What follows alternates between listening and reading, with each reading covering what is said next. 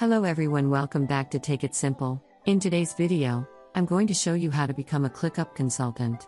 In order to do so, keep watching the video and don't forget to subscribe to our channel by hitting the subscribe button. Press the bell icon so that YouTube will notify you whenever we post a new video. In order to become a ClickUp consultant, go open a web browser, type in clickup.com/consultants and press enter. Now, on this page, you can either connect with a consultant or you can become a consultant yourself. Click on Become a Consultant link in order to become one. Go through the information on what it has to say before beginning, and now you'll need to fill out the questionnaire. Click on this link, go ahead and answer all of your questions, starting by your name, your business email, and much more. After typing your name in the first text field, enter your business email on the next. Now, answer which of the following best fits you. Go to the next text field, and if you chose other in this option, you can go ahead and describe it right here.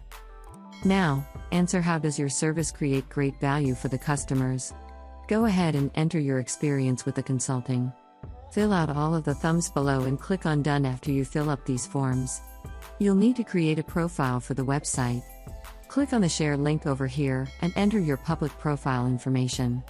Enter your name in the first text field.